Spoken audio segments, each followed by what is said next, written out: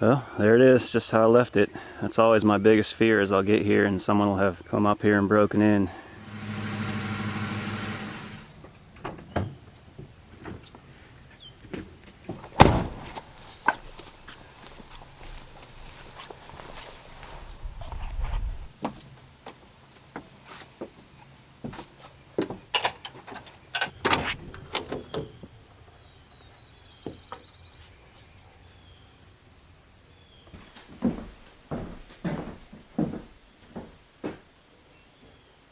The task at hand for today is to go back in time, unbox this stove, convert it to propane, install it, hook up the gas, and test it out. So let's fire up the solar and make sure the propane's turned off and get going.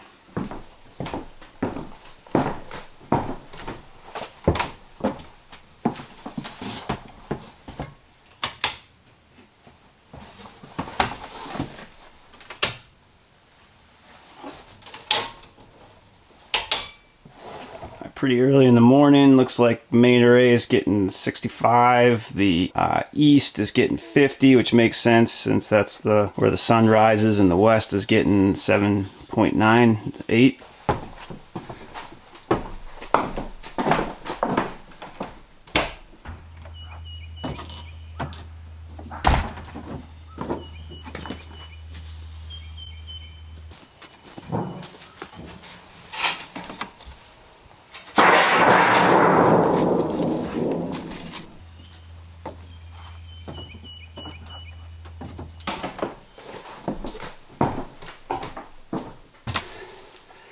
This is where I ran my gas into my house. We're in the utility room where the solar is behind me. And I have a video where I installed my propane furnace. I'll put a link up to that. That's pretty much how we got to this point. So we're going to undo this and tap into it and then hook it to the stove and pressure test it. So we got to go from here through this stud, and that little hole back there, the magic hammer cut that through this little cabinet right here, this one on the end, and then come out this hole and go to that.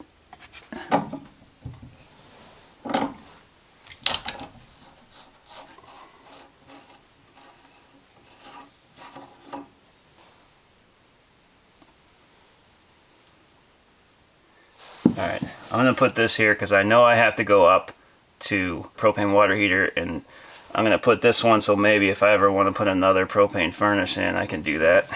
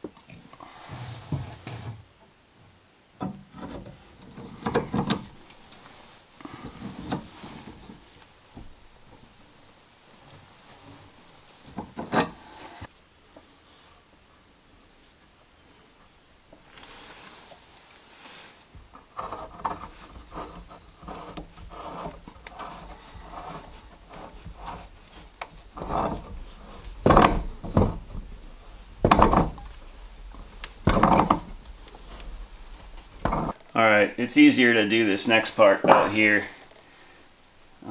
Pre-assemble.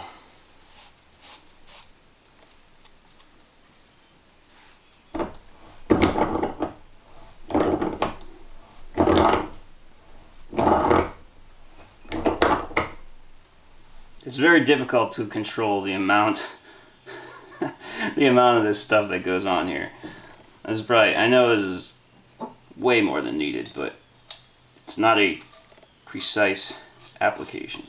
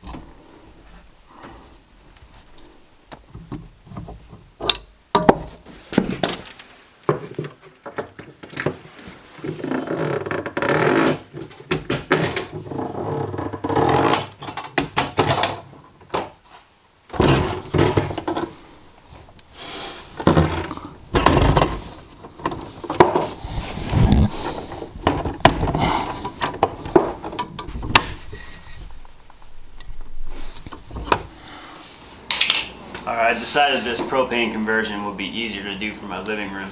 As long as we get done and cleaned up before Sarah gets home, we're good. And this way Beatrice can help me too. This is not the first official unboxing. I had to take it apart to get the template out. Let's put this to the side. Buddy.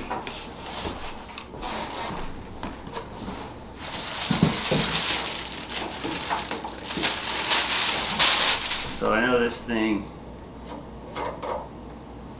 right here needs to be flipped around. Let's just double check the instructions to make sure we got that right. Okay, so this here is the natural gas position. So right, that's propane, and the difference is this thing depresses a spring in here. Okay, all those screws are out, everything's off. This little guy right here is what we need to replace. So it has a little key that shows you what goes where. So that's front left, front right, etc. And then there's no way the camera will pick it up, but these little orifices have tiny little numbers printed on them that I can see, but you can't, and that's how we know what one goes where. So we're gonna do that one first. We need one that says 1.25 on it. Oh man.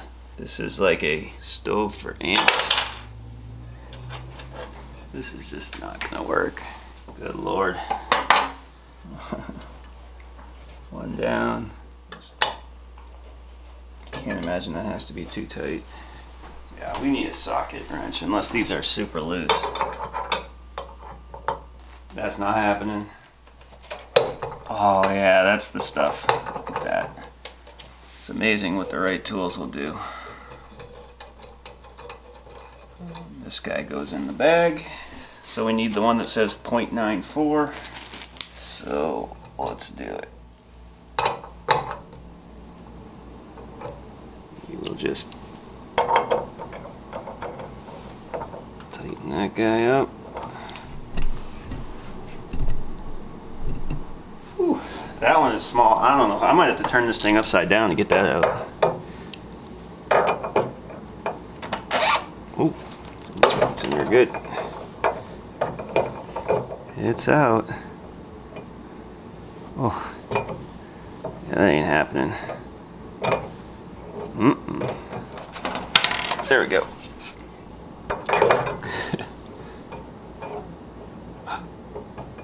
It's in. We just have to do it like that.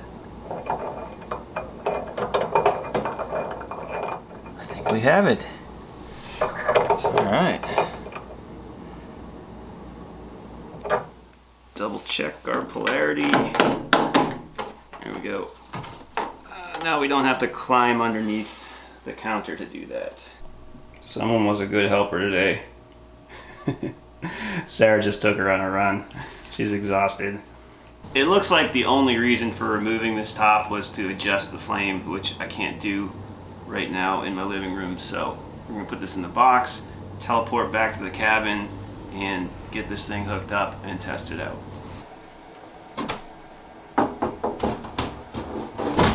Ooh, nice. That looks good. Well, now I'm just dying to see how this is gonna look.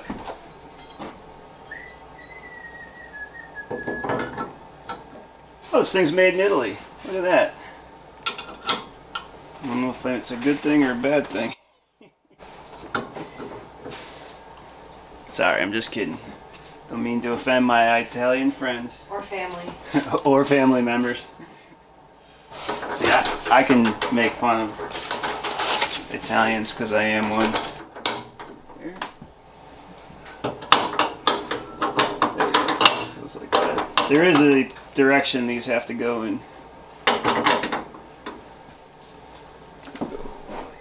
Ooh. Look at that, Sarah. Ah, a nice stove for you to slather all kinds of grease over. See, you just take those things off and clean it. That's going to be easier to clean than that stove we have at home. Look at that.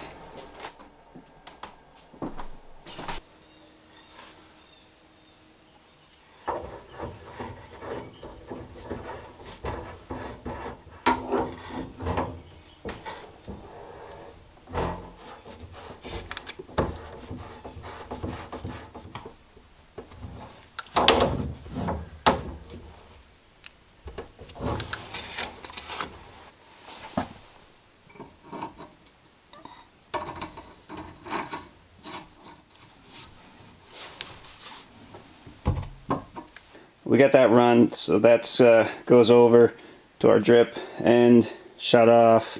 And this is never going to be closed in. This is going to be the utility room. I'm always going to keep it open so I can access all these wires and plumbing and all that.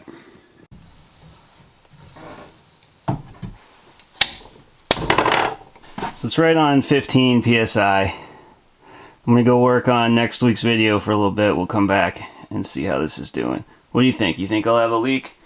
Every time I do this, I do, so we'll see. Alright, so I've pretty much tested everything that was existing, everything out here. Nothing's showing a leak, so I think it's inside the stove. What I can do before I tear apart the stove is shut off this right here and make sure. So, you know, that's open, that's off. So now I'm going to test it again, and if that works, then I'll know the leak is from that point forward. Okay, this thing, it's holding perfectly steady with that shut off, so now I know where the leak is. I'm gonna open the switch and check one more time on the other side before I tear the stove apart, and then we'll have to check the fittings in the stove, because it says in the instructions shipping can make those connections leak. So see those little bubbles? So that's what a minor leak looks like. So I did have one. I think this is a compression fitting. It pushes this in, so I think we just need to tighten that, and it should be good, and then we'll test it again. Alright, let's tear this thing down. Alright, let's get some bubbles on here.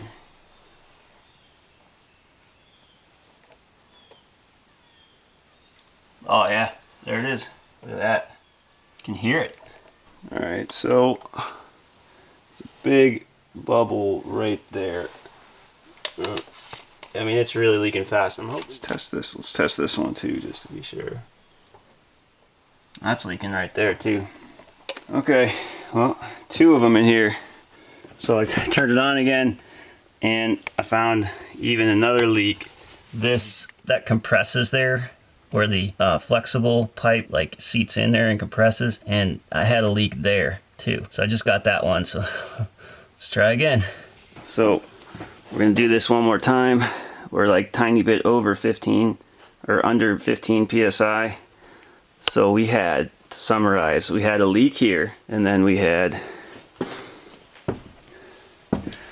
a leak here, then we had a leak on this fitting right here, then on top this was leaking, and then this was also leaking. So what's that, 5? That's why it's good to pressure test stuff. Let's say a word about these compression fittings behind me. So I put pipe dope on them and I wasn't getting a good seal. And I vaguely remembered reading something somewhere that compression fittings shouldn't need pipe dope. And so I looked it up and the internet was arguing over it as usual. So I just want to tell you guys that I had better luck getting a good seal without pipe dope. I don't know where I read that. I have the Homer Simpson memory. If you put something in one side, something falls out the other side. So, well, I'm eating a cold lunch. The plan was to use the stove to heat up my leftovers. I had so much trouble chasing down links. I leaked, so it's sitting in there now. Hopefully when I go back in an hour or so, it hasn't moved. Alright, we finally got our pressure test to work. Much later than expected, but that's usually how things go for me. So let's get this cap plugged and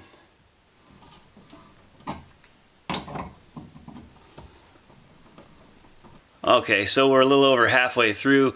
If you've watched this far, I hope you liked the video. This is a good time for me to remind you to like, subscribe, share, all that stuff if you are enjoying this, and I thank you for watching. Alright, let's get back to it. Alright, let's get this put back together. Let's go turn the gas back on. Well, the propane may need to be pulled through the lines, so let's see how this goes.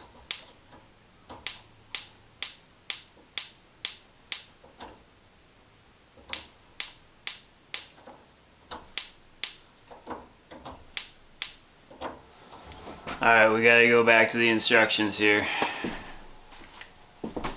Okay, so I've been having trouble getting this to light, and I'm 90% sure I know what I did wrong.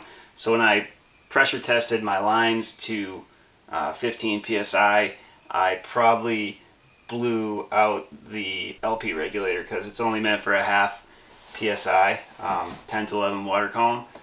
And so I'm pretty sure that's what I did. So Unique I told Unique what I did, and they're sending me a new one for free, even though it says in the instructions not to do what I did. So that's really nice of them. So this video is gonna come out a week late because I don't like releasing incomplete videos. So we're gonna get that part and come back here and try and finish. All right. Well, I can't get this to do anything other than just a tiny little flame. So I'm gonna have to give up and put that. I think it's that regulator. My furnace is working fine, my propane furnace. But while we're here, people were asking me, you know, what am I going to do behind here? I haven't decided yet, but I've got a space here, and I haven't fastened this thing in, so I can slide it in and out. And then people are asking if I'm going to have an exhaust fan. I got one. I already put it in. I just need to build a hood. But this thing right here, so that's sucking air out. So yeah, I'm trying to figure out what I want to finish this with. I'm trying to decide between just like drywall painted, tile, like a white tile, or just more of the whitewashed boards. And I went from a nice day to a bad day pretty fast.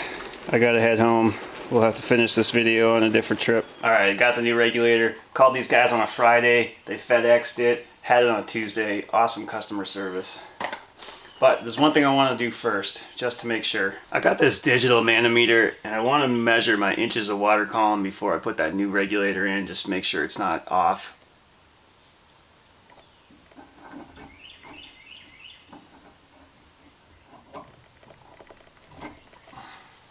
The instructions don't say what side this hose is supposed to be on, so now it should be zeroed out. I don't know if you guys can see that. It's zeroed out. Let's go turn on the propane. So that's reading 11.64. So that's like half an inch high. But this is also static, so I'm not sure if that's in a range of acceptable or not. I just want to turn on the furnace and see what happens. So the furnace is on and it dropped, like when the gas kicked in, it dropped to 9.8. Yeah, so with the furnace running, it's at 9.8. I'm thinking that that's in the range of acceptable. I'm not going to mess with that. We'll see. If anyone on there is an expert, let me know if you think I should adjust this. Alright, so now that we know that that's not going to blow this thing out again, let's get this installed.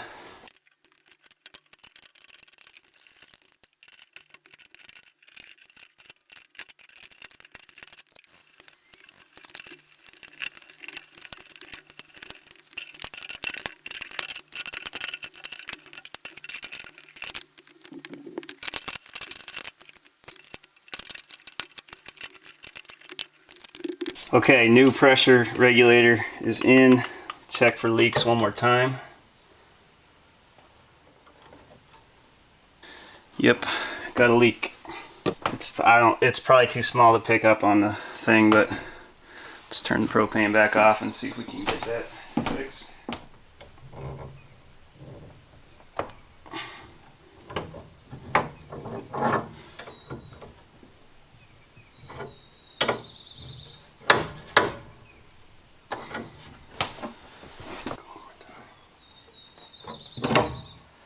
I don't see anything there, which that makes sense. I didn't torque that one in too far. Like I don't want. All right. I think we're good to reassemble this. And say it again. I mean, man, you definitely want to check for these leaks. Okay, let's get this thing reassembled one last time. All right. Well, moment of truth. I want a different camera angle so you can see the look of utter dejection on my face if this doesn't work.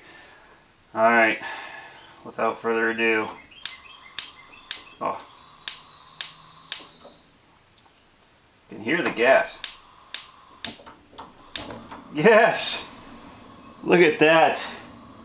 Oh, I've never been so happy in the last 7 days at least. Let's zoom in. We make fire. There we go. Exhaust fan going. Alright, let's celebrate. Let's make some tea.